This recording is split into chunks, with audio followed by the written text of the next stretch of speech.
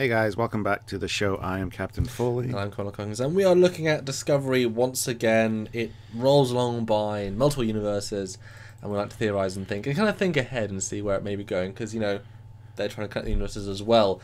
But Stuart, you have an interesting theory idea today, and I want to hear all about it, so we can discuss it. I hadn't thought about it, so I don't think many fans had as well, but who knows? What are you thinking, Stuart? Well, I'd seen it mentioned once, just a comment, and I started thinking about it, and that would make a great video topic.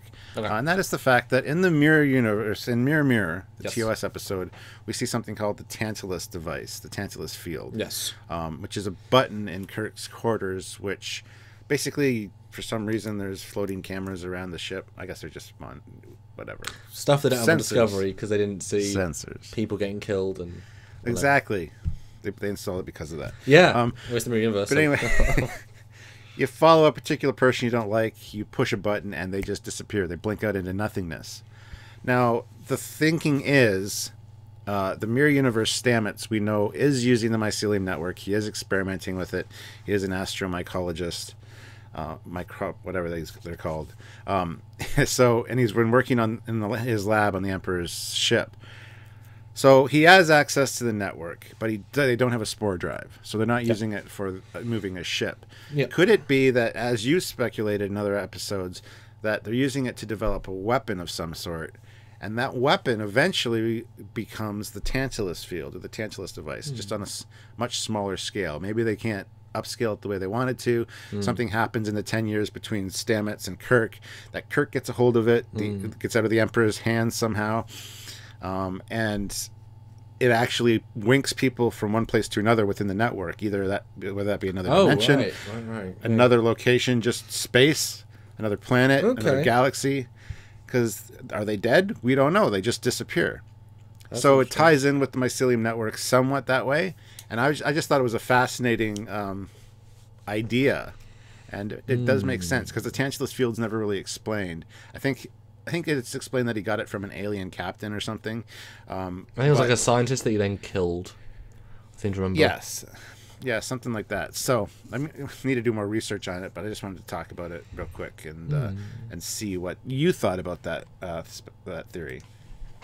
Well, it's interesting because they are adding things to the universe in this iteration of it, and some of the things I like, some of the things we'll maybe have problems with, we'll see. One of the interesting things they added was the idea of, very simply, transporter executions, beaming out to space. But there's obviously be a trace of that, and you've got to go to a transport. Okay, I guess there is site-to-site beaming in this new verse for some reason, which is, again, that's a problem. But Tantalus field, if everything you said is exactly right, then it's what it really means is a perfect, instant, untraceable transporter. That's what it boils down to, If there's no signal to trace, why would you think it was the captain in his quarters? You know what I mean? There's no reason to. So that's certainly interesting, and there's no reason to suspect that Paul's middle name isn't Tantalus. Named after the scientist. I thought it was named after the scientist he killed or something. But or simply the scientist in the future then uses this technology to make this device, and Kirk kills him. Yeah, that's really interesting. I know that in Enterprise they were going to do, if it's season 5, they were going to do an episode, or in season 4, if they had the money, they were going to hire William Shatner to play Mirror Kirk. That was a way of bringing him back, and it was going to be Tantalus Field, that Spock put in Tantalus Field, that sends him to alternate universe in the past, blah blah blah blah, which would have answered what it did, which is actually kind of similar to my Super Network, because if it went across dimensions and time, well, dimensions is mycelium at the very least. You could say it's reaching, but there's no reason to assume it wouldn't be, and it's both mirror, and there's only certain things we know in the Mirror Universe. But we saw how easily Burnham was instantly transported between 6 locations in a matter of 10 seconds, and it seemed effortless. And who's to say it takes less spores for a single jump, and all it'd have to be is in space a light year away, or in an asteroid a light year away, or the sun a light year away, somewhere close that takes less spores. Do you think it's going to play a part in Discovery? If that is what it is, do you think that leads into anything? Or is it just a fun links into TOS rather than links into this plot? I think it will be important enough to kind of be focused on. I would love to hear the word. I would love to hear it referred to as a Tantalus device. Like I said, I do think that it was discovered in a raid on an alien scientist's lab, and there's different speculation on who the alien was, but it could be. We got 10 years between, roughly, between when this happens and when Mirror happens. So a lot could happen. The technology could get stolen, and somebody else using it or trying to develop it, or weaponize it more so, and then it gets stolen back and go, hey, we've never seen this before because it's top classified. It was top secret classified, right? So the Federation gets it back or the Terran Empire gets it back and didn't even realize that it was developed by them. I mean, it's an interesting. I mean, and it would work out perfectly because we're never really explained what happens. People just disappear. I mean, they could be sent literally to another place or another time or another dimension, and we wouldn't know about it. And like you said, there was that Enterprise bringing in William Shatner, where Kirk or Spock actually used it on the Mirror Kirk, and it didn't kill him. It just transported him somewhere else. And I think that would have been fantastic to see. I would have loved that. But we haven't. We were kind of deprived of that, which is sad. But we got Into Mirror Darkly instead, which, Shatner's budget was the entire set construction budget almost. So I think we got the better side of that coin, especially it's old Shatner, and it's not really Kirk anymore, is it? No. I don't know. I feel like I want to see what Stamets' weapons were. I want to see his research, because he was clearly playing our Stamets. Just giving him the most top level of information, being polite and nice, being, I guess, respectful. And we know Stamets is kind of brash, like he would to the Emperor, like just respectful, so he's not being mean, not being arrogant, just apart from him being him, letting it go on. But I really want to see what his weapons are. I want to see how he's using the network. I think it's easy to explain that Tantalus field just disintegrates the victim, but like I said earlier, if that amount of energy is used, it leaves a trace, unless it doesn't, but we can probably assume it would. That might be readable, discoverable, but an instant matter transport to another universe where spores are used, but if the spores also go with him, then there's nothing left. That would be a very, very effective. Get out of my, get off my lawn. He's gone.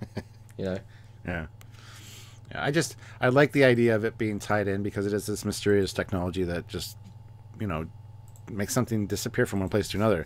And I think it was whoever mentioned it originally, I thought was great. I just saw it in one of the comments that could it be, and then I locked onto it and I started thinking about it, and actually, that makes perfect sense.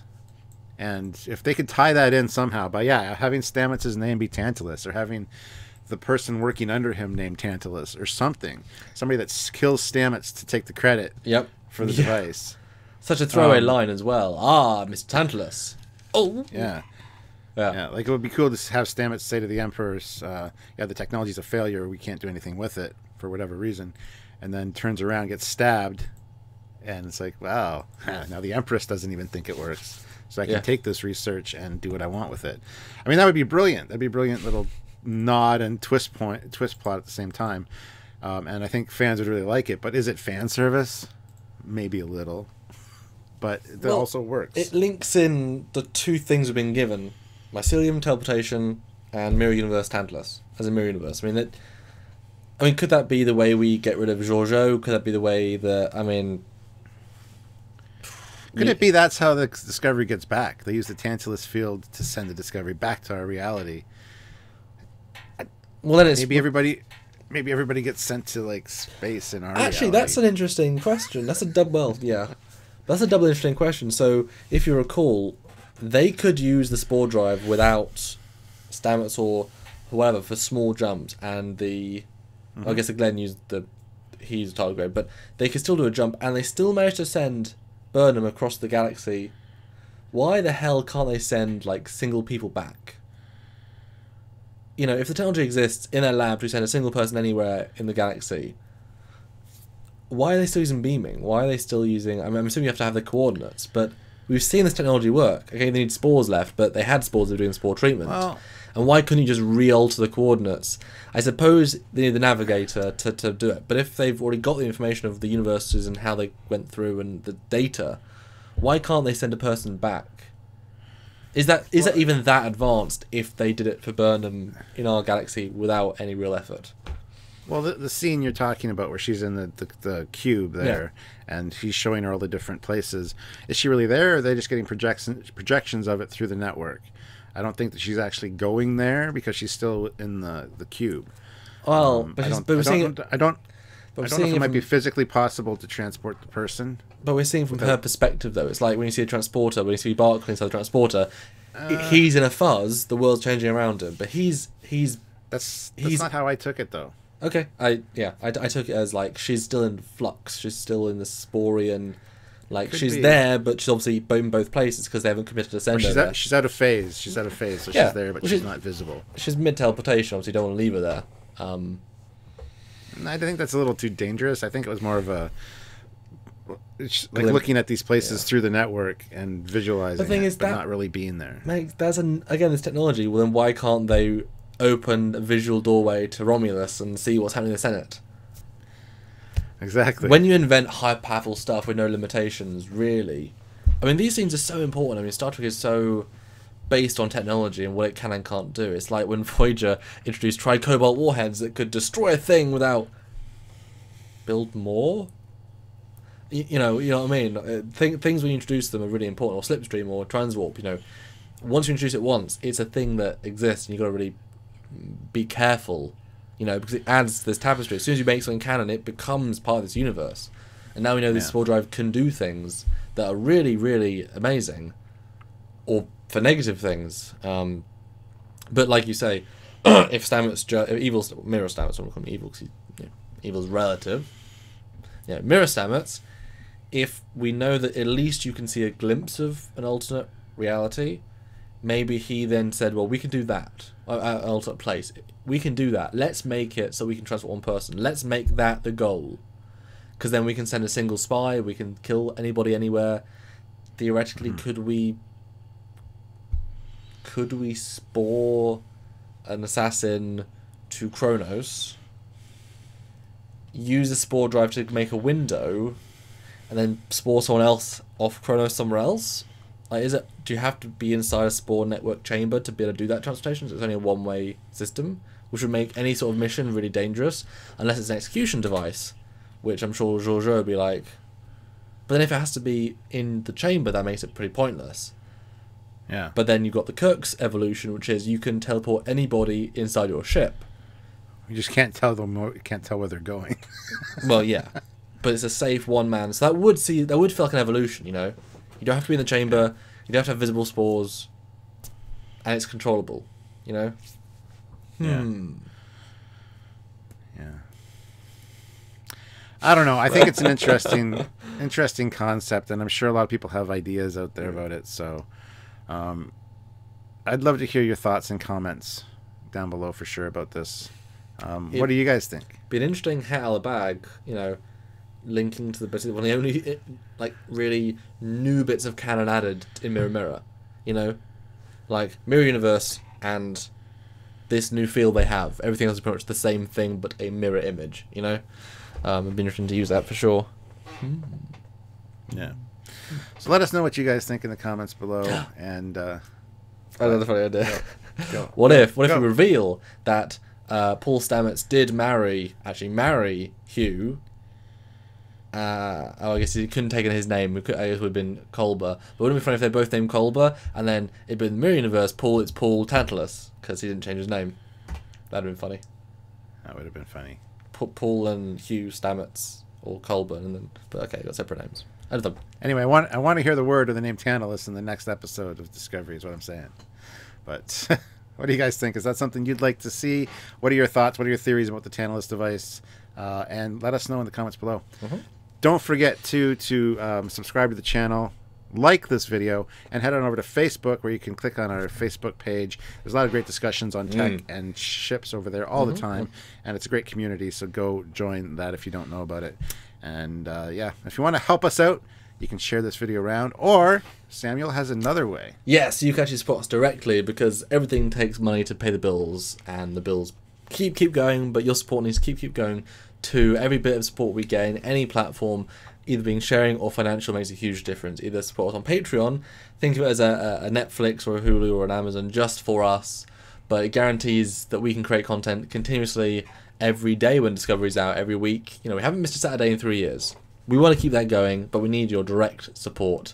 Or a one-time donation, a thank you, a tip, a, hey, I've got a bonus at work, I watch Trekyards literally every day, here's $50, and that really goes towards a expenses fund that helps buy new kit and new things and just helps us improve on the back end.